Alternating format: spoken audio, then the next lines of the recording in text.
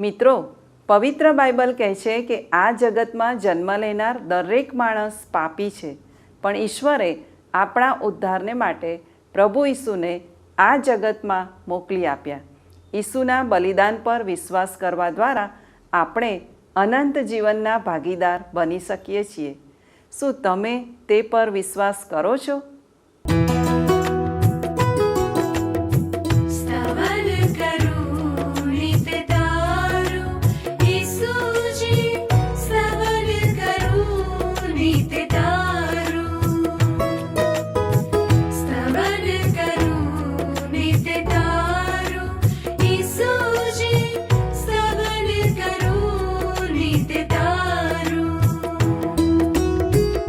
आज सवारे साद सुनी तो महिमा करूं प्रभु तारो, महिमा करूं प्रभु तारो, स्तवन करूं नित तारो.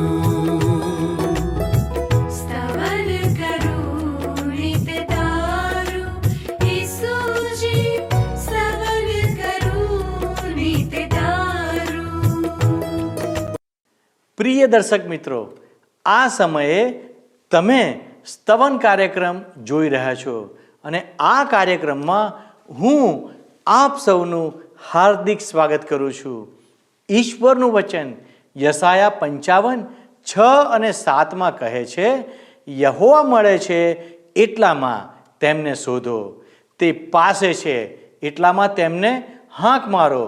દુષ્ટ માણસ પોતાનો માર્ગ છોડે ને અધર્મી માણસ પોતાના વિચારો તજી દે અને યહોવા પાસે તે પાછો આવે તો તે તેના પર કૃપા કરશે.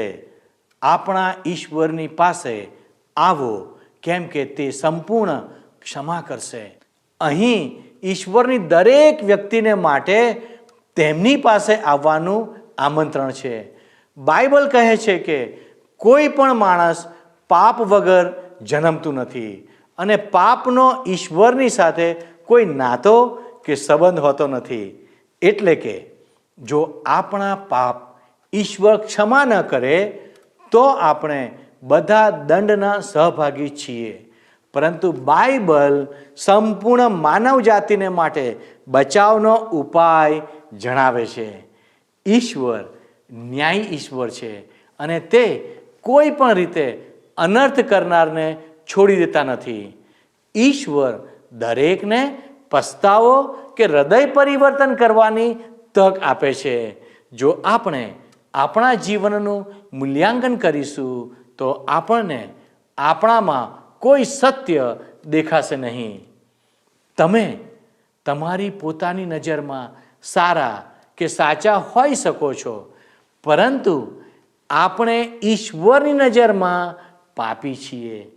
જો આપણે પાપી છીએ તો આપણે પાપની માફી મેળવ્યા વિના ઈશ્વરની સાથે સમાધાન કરી શકતા નથી. ઈસુના રૂપમાં ઈશ્વરે તમામ માનવજાત માટે પાપનો ઉપાય કર્યો છે. આ એ જ શુભ સંદેશ છે જે દરેકે જાણવો જોઈએ, સમજવો જોઈએ અને તેનો અનુભવ કરવો જોઈએ.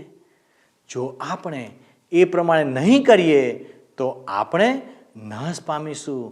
આ દિવસોમાં આપણે ઈશ્વરનો શુભ સંદેશ આપણા સુધી કેવી રીતે પહોંચ્યો તે વિશે અભ્યાસ કરી રહ્યા છીએ અને આજે આપણે જોઈશું કે ઈશ્વર બે વિપરીત ઘટનાઓ મધ્યે પણ કેવી રીતે કાર્ય કરે છે.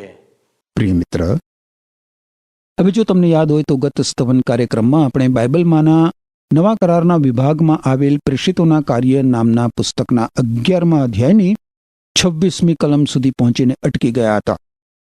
હવે આજે આપણે મિત્ર પ્રેષિતોના કાર્યના 11મા અધ્યાયની 27મી કલમથી આગળ વધીને 30મી કલમ સુધી પહોંચીશું, એટલે કે 11મો અધ્યાય પૂરો કરીશું અને એ પછી 12મા અધ્યાયમાં આપણે પ્રવેશ કરવાના છીએ. 12મા અધ્યાયની 1 થી 25 કલમો જોવાના છીએ.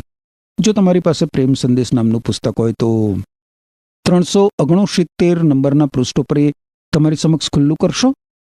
ખેર, હવે જો તમારી સમક્ષ તમે પ્રેમ સંદેશ નામનું પુસ્તક ખોલ્યું હોય તો મારી સાથે સાથે પ્રેષિતોના કાર્ય નામના પુસ્તકના 11મા અધ્યાયની 27 થી 30 કલમો તમે જુઓ. અહીં લખવામાં આવ્યું છે, એ સમય દરમિયાન યરુશાલેમથી કેટલાક સંદેશવાહકો અંત્યોખ ગયા. તેમાં આગાબાસે ઊભા થઈને પવિત્ર આત્માથી પ્રેરાઈને આગાહી કરી કે સમગ્ર પૃથ્વી પર મોટો દુકાળ પડશે. સમ્રાટ ક્લોડિયસના સમયમાં એ દુકાળ પડ્યો. શિષ્યોએ નિર્ણય કર્યો કે તેમનામાંનો દરેક શક્ય તેટલી મદદ યહૂદિયામાં રહેતા ભાઈ બહેનોને મોકલે. ત્યારે તેમણે તે પ્રમાણે કર્યું અને બારનાબાસ તથા સાઉલની સાથે મંડળીના આગેવાનો પર રાહત ફાળો મોકલ્યો. હવે અહીંયા દર્શાવેલો પ્રસંગ સામાન્ય ઇતિહાસના પુસ્તકોમાં પણ નોંધવામાં આવ્યો છે મિત્ર. દુકાળ બધે પડ્યો હતો, પણ યરુશાલેમમાં તેની વધારે અસરો થઈ હતી, જ્યાં પ્રભુ ઈસુ ખ્રિસ્તની મંડળીને રંજાડવામાં આવી હતી અને વેર વિખેર કરી નાખવામાં આવી હતી. દુકાળના સમયે યરુશાલેમ શહેરમાંના વિશ્વાસીઓને મદદની તાતી જરૂર હતી. હવે પ્રારંભની મંડળીમાં એ સમયે એકબીજા માટે જે પ્રેમ હતો ને મિત્ર, જે લાગણી હતી, મદદની જે ભાવના હતી, એ કેટલી બધી નોંધપાત્ર છે. કેટલી બધી નોંધપાત્ર છે. પ્રભુ ઈસુ ખ્રિસ્તની મંડળી એ રીતે એકતામાં રહેતી હતી. ઈસુ ખ્રિસ્તના અનુયાયીનું આ ચિહ્ન છે મિત્ર. હવે 27 અને 28 કલમોમાં આપણને આગાબાસ નામનો સંદેશવાહક અથવા તો પ્રબોધક જોવા મળે છે. આ દર્શાવે છે મિત્ર કે પ્રબોધકો અથવા તો સંદેશવાહકો માત્ર જૂના કરારમાં જ હતા એવું નથી, પરંતુ આરંભની મંડળીમાં પણ હતા. એ લોકો વિશ્વાસીઓને ઈશ્વરની ઈચ્છા પ્રગટ કરતા હતા અને ઈશ્વરના વચનોનું શિક્ષણ આપતા હતા. હવે તમે મારી સાથે સાથે પ્રેષિતોના કાર્યના 12મા અધ્યાયની 1લી કલમ જુઓ, અત્યાચારની પરાકાષ્ઠા. એ શીર્ષક નીચે પ્રેષિતોના કાર્યના 12મા અધ્યાયની 1લી કલમમાં લખ્યું છે કે એ સમય દરમિયાન હેરોદ રાજાએ મંડળીના કેટલાક સભ્યોની સતાવણી શરૂ કરી. હવે આ હેરોદ રાજા એ હેરોદ અગ્રિપા પહેલો છે. એ મહાન હેરોદનો પૌત્ર છે. મહાન હેરોદે ઈસુ ખ્રિસ્તના જન્મ સમયે ઈસુ ખ્રિસ્તની કતલ કરવાનો પ્રયાસ કર્યો હતો. એ તમને યાદ હશે જ મિત્ર. હેરોદના કુટુંબ જેવું બીજું કોઈ જ કુટુંબ ઈશ્વરનું દુશ્મન બન્યું નહોતું. હેરોદના કુટુંબની એક પણ વ્યક્તિ આપણી જાણ પ્રમાણે ઈશ્વરને શરણે આવી નહોતી. હવે તમે જુઓ, હેરોદ રાજાએ પ્રભુ ઈસુ ખ્રિસ્તની મંડળી ઉપર પાશવી અત્યાચાર ગુજારવાનું શરૂ કરી દીધું છે. બીજી કલમ કહે છે, યોહાનના ભાઈ યાકોબને તેણે તરવારથી મારી નંખાવ્યો. આ હકીકત કેવી નિષ્ઠુર રીતે પ્રદર્શિત થાય છે. હેરોદ રાજાએ યાકોબને તરવારથી મારી નંખાવ્યો. યાકોબ પ્રભુ ઈસુ ખ્રિસ્તની મંડળીમાં બીજો શહીદ બન્યો. હું માનું છું મિત્ર કે ત્યારે પ્રભુ ઈસુ ખ્રિસ્તના નામને ખાતર બીજા ઘણા મૃત્યુ પામ્યા હશે. યાકોબ અને યોહાને સાચે જ પ્રભુ ઈસુ ખ્રિસ્તના નામને લીધે દુઃખ સહન કર્યું. હેરોદે યાકોબની કતલ કરી અને પાછળથી યોહાનને તડીપાર કરવામાં આવ્યો. હવે ત્રીજી કલમ કહે છે, યહૂદીઓને એ ગમ્યું છે તે જોઈને તેણે સતાવણી ચાલુ રાખી અને પિતરની પણ ધરપકડ કરાવી. ખમીર વગરની રોટલી ખાવાના પર્વના સમય દરમિયાન એ બન્યું. પ્રેષિત યાકોબની તો કતલ થઈ ગઈ, પરંતુ પ્રેષિત પિતરનો આ બધા અત્યાચારમાંથી ચમત્કારિક રીતે બચાવ થશે મિત્ર. ચોથી કલમ કહે છે, પિતરની ધરપકડ કરીને તેને જેલમાં પૂરવામાં આવ્યો. ત્યારે 4 સૈનિકોના 4 જૂથના ચોકી પહેરા નીચે તેને રાખવામાં આવ્યો. પાસખા પર્વ પૂરું થાય પછી હેરોદે તેનો કેસ જાહેરમાં ચલાવવાની યોજના ઘડી હતી. હવે યહૂદીઓ આ સમયે યરુશાલેમમાં પાસખા પર્વ ઉજવી રહ્યા હતા. હેરોદ રાજાએ પિતરને ચોકી પહેરા નીચે મૂક્યો. એક જ માણસને સાચવવા તમે જુઓ 4 સૈનિકોના 4 જૂથો. આ હેરોદ રાજાને બીક હશે કે કોઈક આવીને પિતરને છોડાવી જશે અને સાચે જ પિતરનો છુટકારો થવાનો છે. ચમત્કારિક રીતે જુઓ 5મી કલમ. તેથી પિતરને જેલમાં પૂરવામાં આવ્યો, પણ તેને માટે મંડળીના લોકો ઈશ્વરને આગ્રહપૂર્વક પ્રાર્થના કરતા હતા. મંડળીના લોકો આગ્રહપૂર્વક ઈશ્વરને પ્રાર્થના કરવા લાગ્યા. એ માત્ર પોકળ શબ્દો નહોતા મિત્ર, એમની પ્રાર્થનામાં એમના હૃદયો હતા. હૃદય. હવે એ નિશંક છે કે હેરોદ રાજાની યોજના પિતરને ફાંસી આપવાની હતી, પરંતુ વિશ્વાસીઓ પિતરના બચાવ માટે ઈશ્વરને પ્રાર્થના કરતા હતા. મંડળીના લોકોની આગ્રહભરી પ્રાર્થના આ પ્રસંગના અંત ઉપર જરૂર અસર કરશે. યાદ રાખો મિત્ર, પ્રાર્થના ઘણીવાર પરિસ્થિતિ પલટે છે, અને એટલે વારંવાર અને ભરોસા સાથે ઈશ્વરને પ્રાર્થના કરવી જ જોઈએ. 6ઠ્ઠી કલમ કહે છે, પિતરનો જેલમાંથી છુટકારો. એ શીર્ષક નીચે 6ઠ્ઠી કલમ શું કહે છે? જે દિવસે હેરોદ પિતરને લોકોની સમક્ષ લાવવાનો હતો, તેની આગલી રાતે પિતર 2 ચોકીદારોની વચ્ચે ઊંઘી ગયો હતો. તેને 2 સાંકળે બાંધેલો હતો, અને જેલના દરવાજા આગળ 2 ચોકીદારો પહેરો ભરતા હતા. સિમોન પિતર 2 સૈનિકોની વચમાં ઊંઘી કેવી રીતે શકે? અરે, પિતર તો ગમે ત્યાં ગમે ત્યારે ઊંઘી જાય એવો હતો. પણ વિચાર કરો કે આ 2 સૈનિકો વચ્ચે પણ એ શાંતિથી ઊંઘી જવા માટે ઈશ્વર પર એને કેટલો નક્કર વિશ્વાસ કે ઈશ્વર મને જરૂર છોડાવશે જ. હવે જુઓ 7 થી 9 કલમોમાં શું બને છે. એકાએક પ્રભુનો એક દૂત ત્યાં આવીને ઊભો રહ્યો. દૂતે પિતરને ખભો હલાવીને જગાડ્યો અને કહ્યું, જલ્દી ઊભો થા. પિતરના હાથ પરની સાંકળો તરત જ નીકળી પડી. પછી દૂતે કહ્યું, તારો પટ્ટો બરાબર બાંધી લે અને તારા બૂટ પહેરી લે. પિતરે એમ કર્યું એટલે દૂતે કહ્યું, તારો જબ્બો પહેરી લે અને મારી પાછળ આવ. પિતર તેની પાછળ પાછળ જેલની બહાર ગયો. છતાં દૂત જે કરી રહ્યો હતો તે વાસ્તવિક છે કે કેમ તેની તેને ખબર ન હતી. તેને તો લાગ્યું કે તે કંઈક સંદર્શન જોઈ રહ્યો છે. પિતરને છોડાવવા ઈશ્વરે એક દૂત મોકલ્યો. દેવદૂતો ઈશ્વરના સંદેશિયા છે. દેવદૂતોને અલૌકિક શક્તિ આપવામાં આવી છે. પિતરને લાગ્યું કે એ સ્વપ્ન જોઈ રહ્યો છે. જાણે કે પિતર દેવદૂતની પાછળ પાછળ સ્વપ્નવત ગયો. 10મી કલમમાં લખ્યું છે, તેઓએ ચોકીદારોની પ્રથમ ચોકી પસાર કરી, પછી બીજી ચોકી, અને છેવટે શહેર તરફ ખુલતા લોખંડી દરવાજે આવ્યા. દરવાજો તેમને માટે આપોઆપ ખુલી ગયો અને તેઓ બહાર ગયા. તેઓ એક શેરીમાં થઈને નીકળ્યા અને એકાએક દૂત પિતરને મૂકીને જતો રહ્યો. પિતરને જેલમાં રાખવા માટે ત્યાં પૂરતા સૈનિકો હતા, પૂરતા પહેરેગારો હતા. પૂરતા પહેરેગારો. હવે યાદ રાખો કે આ બનાવ બની રહ્યો છે ત્યારે યરુશાલેમની મંડળીના વિશ્વાસીઓ પિતર માટે પ્રાર્થના કરી રહ્યા છે, અને મંડળીની પ્રાર્થનાનો સચોટ ઉત્તર પણ મળી ગયો. 11મી કલમ જુઓ. પછી પિતરને શું થયું હતું તેની ખબર પડી. તેણે કહ્યું, હવે મને ખબર પડી કે એ બધું વાસ્તવિક હતું. પોતાના દૂતને મોકલીને પ્રભુએ મને હેરોદના હાથમાંથી તેમજ યહૂદી લોકો મને જે કંઈ થવાની રાહ જોતા હતા તે બધાથી બચાવ્યો છે. પિતરને હવે તરત જ સમજાઈ જાય છે કે ઈશ્વરે તેને છોડાવ્યો છે. ઈશ્વરે તેને છોડાવ્યો છે. 12મી કલમ જોઈએ. પોતાની પરિસ્થિતિનો ખ્યાલ કરીને તે યોહાન માર્કની માતા મારિયાને ઘેર ગયો. ત્યાં ઘણા લોકો એકત્રિત થઈ પ્રાર્થના કરતા હતા. ઈસુ ખ્રિસ્તની મંડળી પાસે આ સમયે અને આ પછી બીજા 150 વર્ષ સુધી મિત્ર કોઈ દેવળ નહોતું. માર્ક અનુસાર સુસદેશના લેખક જોન માર્કની માં મારિયાનું ઘર વિશ્વાસીઓને ભેગા મળવા માટે પૂરતું વિશાળ હતું. આ ઘરમાં વિશ્વાસીઓ પિતરના છુટકારા માટે પ્રાર્થના કરવા ભેગા થયા હતા.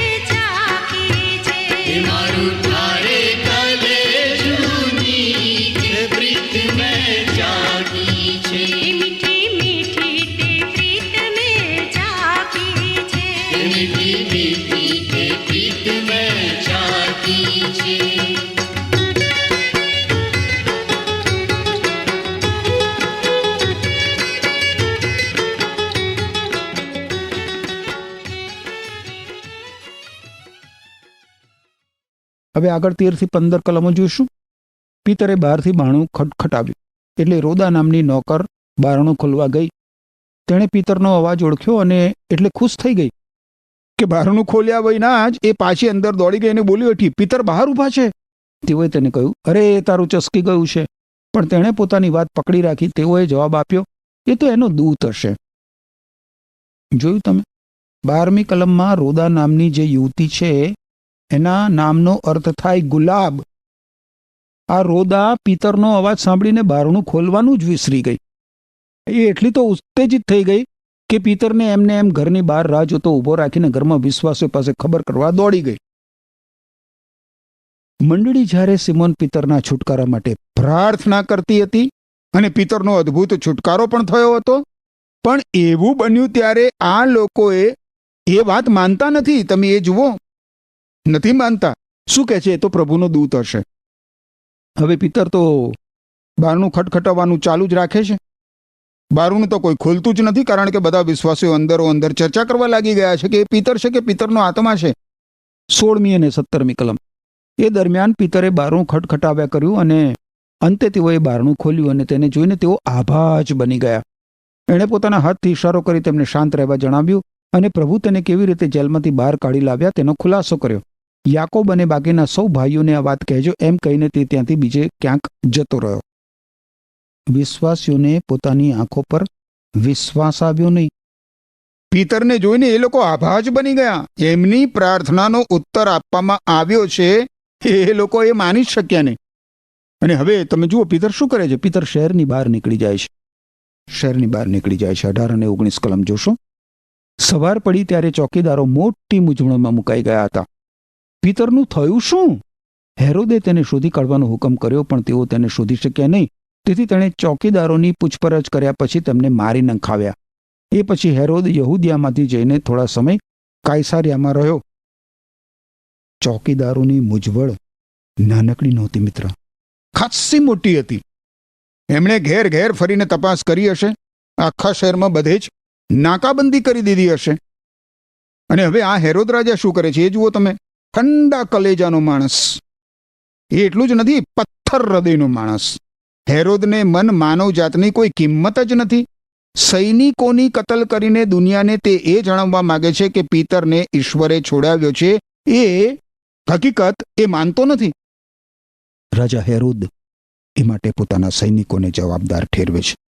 પિતરનો ચોકી પહેરો ભરનાર 16 સૈનિકોને આ હેરોદ રાજા મારી નંખાવે છે અને પછી એ ત્યાંથી કાયસારિયા જાય છે. હવે મિત્ર આપણે જોઈશું કે ઈશ્વરે રાજા હેરોદને જે પ્રકાશ આપ્યો છે તે માટે ઈશ્વર હેરોદને જવાબદાર ઠેરવે છે. 20મી કલમ જુઓ. હેરોદનું મરણ એ શીર્ષક નીચે. હેરોદ તૂર અને સિદોનના લોકો પર ઘણો ક્રોધે ભરાયો હતો. તેથી તેમનું પ્રતિનિધિ મંડળ હેરોદને મળવા ગયું. પ્રથમ તેઓએ મહેલના કારભારી બ્લાસ્ટસને પોતાના પક્ષનો કરી લીધો. પછી તેઓએ હેરોદ પાસે જઈને સમાધાન માટે વિનંતી કરી, કારણ હેરોદના રાજ્યમાંથી તેમના દેશને અન્ન પુરવઠો મળતો હતો. આ તૂર અને સિદોન એ શહેરો સ્વતંત્ર શહેરો હતા. ત્યાં એમની પોતાની સરકાર ચાલતી હતી, પરંતુ એ બંને શહેરો આર્થિક રીતે યહૂદિયા ઉપર અવલંબતા હતા. આપણે જાણતા નથી મિત્ર કે રાજા હેરોદને તેમની સાથે શો ઝઘડો હતો, પરંતુ હવે એ બે શહેરોમાંના પ્રતિનિધિઓ હેરોદ રાજા સાથે સંધિ કરવા માટે આવ્યા છે. 21મી કલમ કહે છે, નિયત દિવસે રાજદ્વારી વસ્ત્રમાં સજ્જ થઈ હેરોદ પોતાની રાજગાદી પર બિરાજ્યો અને જનતા જોગ પ્રવચન કર્યું. આ હેરોદ ગર્વિષ્ઠ હતો, અભિમાનથી ફૂલાતો હતો. આ હેરોદ સારો વક્તા પણ હતો મિત્ર. લોકો પેલા હેરોદ રાજાની ઈશ્વર તરીકે હવે પ્રશંસા કરે છે. જુઓ તમે 22 અને 23 કલમો. તેઓએ પોકાર કર્યો, આ તો માણસ નહીં પણ દેવ બોલે છે. તરત જ પ્રભુના દૂતે હેરોદને માર્યો, કારણ તેણે ઈશ્વરને માન આપ્યું નહીં. તેને કીડા ખાઈ ગયા અને તે મરી ગયો. જોયું તમે મિત્ર, ઈશ્વર તેમનો મહિમા, તેમનું ગૌરવ બીજાને લેવા દેતા નથી. જેલમાંથી પિતરના ચમત્કારિક છુટકારા દ્વારા ઈશ્વરની પ્રશંસા કરવાનો રાજા હેરોદે નકાર કર્યો. હવે આ રાજા હેરોદ લોકો દ્વારા ઈશ્વરનું અપમાન કરે છે. ઈશ્વર તેનો ન્યાય કરે છે. ઈશ્વર તેમના ગૌરવ માટે બહુ જ આસ્થાવાન છે મિત્ર, બહુ જ આસ્થાવાન. ઈશ્વર પોતાનું ગૌરવ સાચવે છે. આ હેરોદનું મૃત્યુ તમે વિચાર કરો, કેટલું બધું ખતરનાક હતું, કેટલું બધું ખતરનાક, અત્યંત પીડાકારક. અંદરથી બહારની બાજુ કીડા હેરોદને જીવતો ને જીવતો ખાઈ ગયા. કલ્પી શકાય છે એ મૃત્યુ? ખેર, આગળ 24 અને 25 કલમો જોઈશું. ઈશ્વરનું વચન પ્રસરતું રહ્યું અને વૃદ્ધિ પામતું ગયું. બારનાબાસ અને સાઉલે તેમનું સેવા કાર્ય પૂરું કર્યું અને તેમની સાથે યોહાન માર્કને લઈને યરુશલેમથી પાછા ફર્યા. તમે જુઓ મિત્ર, પ્રભુ ઈસુ ખ્રિસ્તની મંડળી પર અત્યાચાર ગુજારવામાં આવ્યો તો પણ ઈસુ ખ્રિસ્તની મંડળીને કોઈ નુકસાન થયું નહીં. એના બદલે શું થયું? એના બદલે મંડળીમાં વૃદ્ધિ થઈ. હવે યોહાન માર્ક બારનાબાસ અને શાઉલ સાથે પાછો અંત્યોખ જાય છે. તમને યાદ હશે જ મિત્ર કે તેઓ યરુશાલેમની મંડળી માટે રાહત ફાળો લઈને આવ્યા હતા. હવે મિત્ર, આપણને પ્રેષિતોના કાર્યના બીજા તબક્કાના અંત ભાગમાં આપણે આવી ગયા છીએ. પ્રભુ ઈસુ ખ્રિસ્તનો શુભ સંદેશ યહૂદિયા અને સમરૂનમાં પહોંચી ગયો છે. હવે 13મા અધ્યાયથી દુનિયાના છેડા સુધી ઈસુ ખ્રિસ્તના શુભ સંદેશના પ્રચારની ચળવળ શરૂ થતી આપણને જોવા મળશે. અને હજી આજે પણ એ ચળવળ ચાલુ છે. તમે અને હું એમાં સામેલ થયેલા હોવા જ જોઈએ. હું થયો છું. શું તમે આ ચળવળમાં સામેલ થયા છો મિત્ર? આપણે જોઈએ છીએ તો જે વ્યક્તિને પ્રભુ ઈસુ ખ્રિસ્તના શુભ સંદેશનો પ્રકાશ પ્રાપ્ત થયો છે, એ પ્રત્યેક વ્યક્તિ બીજી વ્યક્તિને પ્રભુ ઈસુ ખ્રિસ્તનો શુભ સંદેશ જણાવે છે. શા માટે? એટલા માટે કે જે વ્યક્તિને પ્રભુ ઈસુ ખ્રિસ્તનો શુભ સંદેશ પ્રાપ્ત થયો છે, જે વ્યક્તિએ તેનો સ્વીકાર કર્યો છે, જે વ્યક્તિ પ્રભુ ઈસુ ખ્રિસ્તને શરણે આવી છે, જે વ્યક્તિએ પ્રભુ ઈસુ ખ્રિસ્ત પાસેથી પાપોની ક્ષમા અને દુષ્કર્મોના બંધનોમાંથી મુક્તિ પ્રાપ્ત કરી છે, નવું જીવન, અનંત જીવન પ્રાપ્ત કર્યું છે, એ વ્યક્તિ ચૂપચાપ બેસી રહી શકતી નથી મિત્ર. એ પોતાના સગા સ્નેહીઓને, પોતાના કુટુંબીજનોને, પોતાની માતાને, પોતાના પિતાને, પોતાના દીકરાને, પોતાની દીકરીને, પોતાની બહેનને, પોતાના ભાઈને, પોતાની પત્નીને, પોતાના પતિને અને બીજા સગા સ્નેહીઓને, અડોશ પડોશમાં પોતાના સહકર્મીઓને, જે વ્યક્તિ એના સંપર્કમાં આવે, પ્રત્યેક વ્યક્તિને પ્રભુ ઈસુ ખ્રિસ્તનો શુભ સંદેશ જણાવે વગર રહી શકે નહીં. કારણ કે દુષ્કર્મોના બંધનોમાંથી મુક્ત થવા માટે, પાપોની શિક્ષામાંથી મુક્ત થવા માટેનો જે અનુભવ એને થયો છે, એ અનુભવ દ્વારા પવિત્ર આત્મા એને પ્રેરણા આપે છે. અને એટલા માટે વ્યક્તિ ચૂપ બેસી રહી શકતી નથી. એના જીવન દ્વારા પ્રભુ ઈસુ ખ્રિસ્ત પ્રતિબિંબિત થાય છે અને એના મુખ દ્વારા પ્રભુ ઈસુ ખ્રિસ્તનો શુભ સંદેશ પ્રચાર પામે છે. એટલા માટે કે પાપને કારણે નાશમાં જતા જીવ આત્માઓ ઈસુ ખ્રિસ્તને શરણે આવીને નવું જીવન પ્રાપ્ત કરે, અનંત જીવન પ્રાપ્ત કરે. શું તમે મિત્ર પ્રભુ ઈસુ ખ્રિસ્તને શરણે આવીને અનંત જીવન પ્રાપ્ત કર્યું છે? તમારા પાપોની માફી પ્રાપ્ત કરી છે? અને શું તમને નાશમાં જતા આત્માઓ માટે ઈસુ ખ્રિસ્તના હૃદયમાં જે બોજ છે, એ બોજ મળ્યો છે? હું માનું છું મિત્ર કે જે વ્યક્તિ પ્રભુ ઈસુ ખ્રિસ્તને શરણે આવીને પાપોની માફી અને અનંત જીવન પ્રાપ્ત કરે છે, એના હૃદયમાં પવિત્ર આત્મા પાપોને કારણે નાશમાં જતા જીવાત્માઓ માટે ઈસુ ખ્રિસ્તના હૃદયમાં જે બોજ છે, એ બોજ આપે છે. જો તમારા હૃદયમાં મિત્ર એ બોજ છે, તો એ બોજ પ્રમાણે અન્ય લોકોને પ્રભુ ઈસુ ખ્રિસ્તનો શુભ સંદેશ આપવા માટે ઈશ્વર તમારી સહાય કરો. વહાલા દર્શક મિત્રો, ઈશ્વરનું વચન આપણા સુધી પહોંચવા માટે બલિદાન અને ત્યાગમાંથી પસાર થઈને આવ્યું છે. તેમ છતાં પણ પ્રભુ ઈસુ પર વિશ્વાસ કરનારાઓને સ્વર્ગના અનંત આનંદથી કોઈ અલગ કરી શકતું નથી. આપણે 2 પ્રકારની ઘટનાઓ આજના અભ્યાસમાં જોઈ, જેમાં સ્તેફને પ્રભુ ઈસુના શુભ સંદેશને માટે બલિદાન આપ્યું અને પિત્તરનો ઈશ્વર દ્વારા બચાવ કરવામાં આવ્યો. માનવીય સમજણ મુજબ આ સમજની બહાર છે, પરંતુ ઈશ્વરનું વચન માથી 5 અને 10 અને 12 કહે છે, ન્યાયપણાને લીધે જેઓની સતાવણી કરવામાં આવી છે તેઓને ધન્ય છે, કેમ કે આકાશનું રાજ્ય તેઓનું છે. જ્યારે લોકો તમારી નિંદા કરશે ને પાછળ લાગશે ને મારે લીધે તમારી વિરુદ્ધ તરે તરેની ભૂંડી વાત અસત્યતાથી કહેશે, ત્યારે તમને ધન્ય છે. તમે આનંદ કરો અને ઘણા હરખાવ, કેમ કે તમારી અગાઉ પ્રબોધકોની પાછળ તેઓ એમ જ લાગ્યા હતા. અહીં ઈશ્વર કહે છે, મારા અનુયાયી હોવાને લીધે માણસો તમારી નિંદા કરે, તમારા ઉપર જુલમ ગુજારે અને તમારી વિરુદ્ધ જાત જાતની જૂઠી વાતો બોલે, ત્યારે તમને ધન્ય છે. આનંદિત થાવ અને ઉલ્લાસી રહો, કારણ તમારે માટે આકાશમાં મહાન બદલો રાખવામાં આવ્યો છે. વહાલા દર્શક મિત્રો, ઈશ્વર અનર્થ કરનારનો ન્યાય કરે છે, પરંતુ જેઓ શુભ સંદેશને કારણે દુઃખ સહન કરે છે તેઓને માટે સ્વર્ગમાં મોટું ફળ છે. તે જ શુભ સંદેશનું સામર્થ્ય છે. તેથી જેઓ શરીર અને આત્મા એમ બંનેનો નાશ કરે છે, તેનાથી આપણે ડરવાનું છે. કેમ કે ઈશ્વરનું વચન કહે છે, તું મરણ પર્યંત વિશ્વાસુ થઈ રહે અને હું તને જીવનનો મુંગટ આપીશ. આવો આપણે જેવી રીતે પ્રથમની મંડળીમાં લોકો પ્રાર્થનામાં લાગુ રહેતા હતા, તે પ્રમાણે આપણે પણ લાગુ રહીએ, જેથી પિત્તરની જેમ આપણું રક્ષણ થાય અને અનંતકાલિક નાશમાં જનારા સઘળા લોકોનો બચાવ થઈ શકીએ. આવો ભાલા દર્શક મિત્રો, ઈશ્વર આ પ્રમાણે સમજવાને માટે આપણને મદદ કરો. આમેન. મિત્રો, ગત પ્રશ્નોનો જવાબ છે અંત્યોક.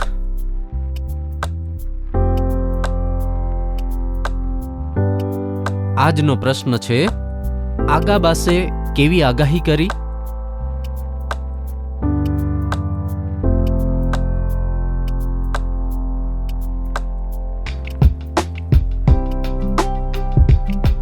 જવાબ આપેલ સ્ક્રીન પર દર્શાવેલ વોટ્સએપ નંબર પર આપવાનો રહેશે.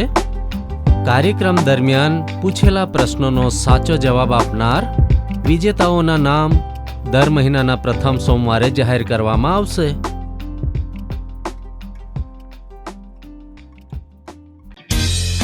શું તમને આ કાર્યક્રમ ગમ્યો? અત્યારે જ અમને મિસ કોલ કરો.